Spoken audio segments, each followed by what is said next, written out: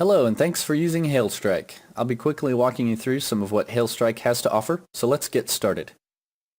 Once you've logged into HailStrike.com, click the Go Start Tracking button at the top. This will take you to our web app. Most of the features on this tool can be accessed through our mobile app as well. You'll notice it takes us to an overview map of the United States. It also loads any ground spotter reports for hail for today that may be out there. As you can see, there aren't any for today, which we know by looking here in the Select Ground Reports section of the cascading menu. If there were, they would show up as pink squares on the map with a number signifying the maximum hail size observed by the ground spotter. The menu tells us how many ground reports have been sent in for a specific date for any of these three types: hail, wind, or tornadoes. We can also view the more than 150 NOAA NEXRAD Doppler radar stations across the country by clicking here. NOAA, the National Oceanic and Atmospheric Administration, has hundreds of radar stations around the country. We're using these NEXRAD stations that track and measure the elements we care about. We can set our position manually by dragging around the map, or by typing in our own position by zip code or address. We can choose which date to look at by clicking on the Date Selector portion of the cascading menu. This can be one specific date or a date range. Again, the initial date set is today's date. So let's get started looking at a specific date. That's probably how you'll be using this the most, looking for information on an area to make a claim or send out your team. We're based in the Dallas-Fort Worth area in Texas, and June 13 of 2012 brought us a long, hard hailstorm. So we'll set our date to 2012, June 13, and HailStrike automatically pulls up all the ground spotter reports for hail across the country for that date. As you can see, a lot of hail was reported on this day. Let's zoom in to DFW and take a closer look. Just like on any map, you can zoom with the buttons or your mouse wheel. You can see how many ground spotters reported hail in Dallas-Fort Worth on this day. Several of them are up to 3 inches it looks like, so you know it was a tough storm and a lot of roofs were damaged. Hovering on any of the ground spotter reports will show the date and time the report was made. Clicking on the report will show you more information as available. This can include more specific maximum size measurements, local demographics, and a description of the events observed. Clicking the Zoom to Pin button will simply zoom in a little closer to the pin location so you can see the surrounding streets. Most of our competitors use these ground spotter reports to generate their swath maps. Unfortunately, this is not very accurate because the National Weather Service records where the caller was calling from rather than where they actually observed the hail. Look at this one, for example. The hail was observed at Trinity Mills and the Dallas North Tollway, which is actually here, about 7 miles away.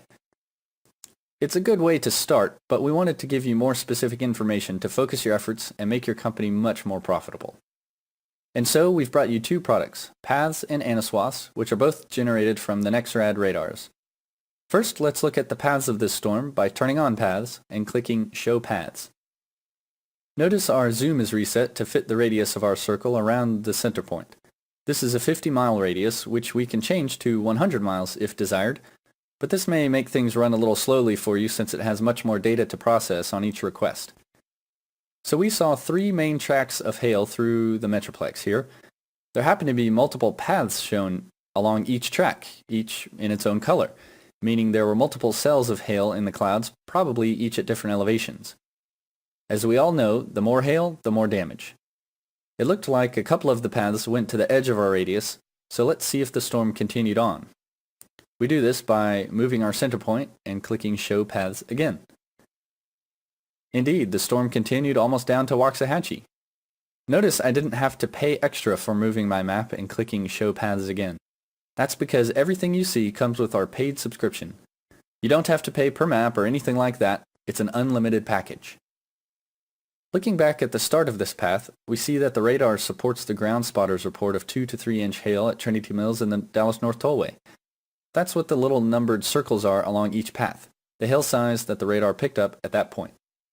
You can see how many paths are in this radius by looking here, but moving your center point will change that number since you're changing where you're looking on the map. The paths show where the heart of the hailstorm traveled, not necessarily all the hail. We can filter these paths to look at 1 or 2 specific paths if desired as well. This is especially helpful when there are multiple paths on top of each other, as there are here. So this really narrows down where you need to focus your efforts. You can use the path as a starting point and work your way out on either side until you find the edge of where the hail fell. But if you don't have the time or manpower to work your way out and find the edge of the storm yourself, we developed Aniswaths for you, an animated swath. This also uses the NEXRAD radar information to track where hail actually fell. It's a revolutionary step for the industry that we're very excited to bring to you. These are purchased by the storm date for one station and cover up to 150 miles around the station. Let me load the Aniswath for Dallas-Fort Worth on this date, and we'll see how it matches up to the paths and ground spotter reports. If you've already purchased Aniswaths, clicking the Aniswath button on the cascading menu will automatically bring up your list to choose from and turn on the one you select. I'll select June 13, 2012, and there it brings it right up. You can also do this here.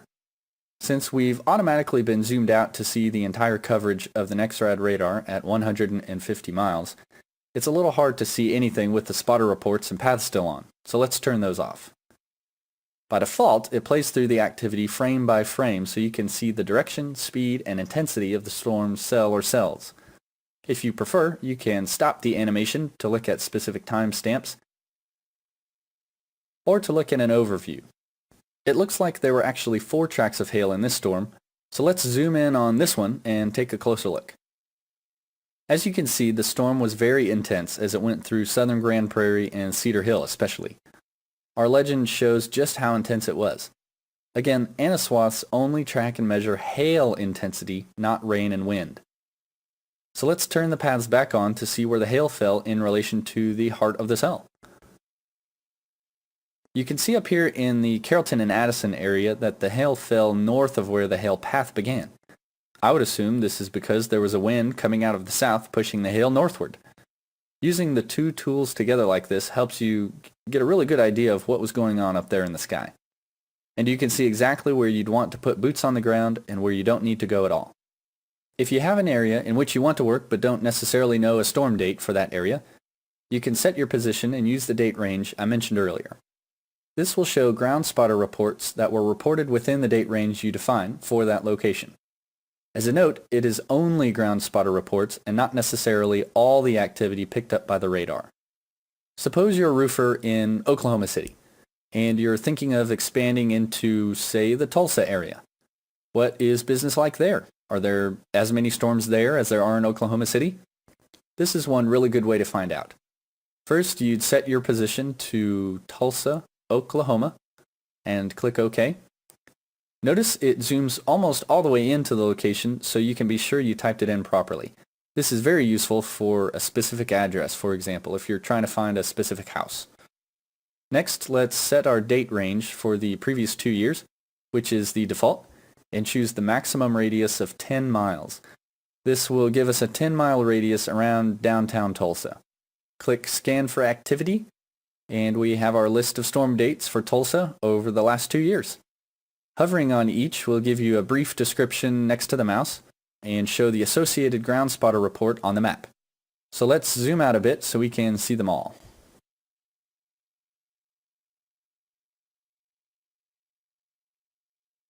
Clicking on one will bring up the paths for that date.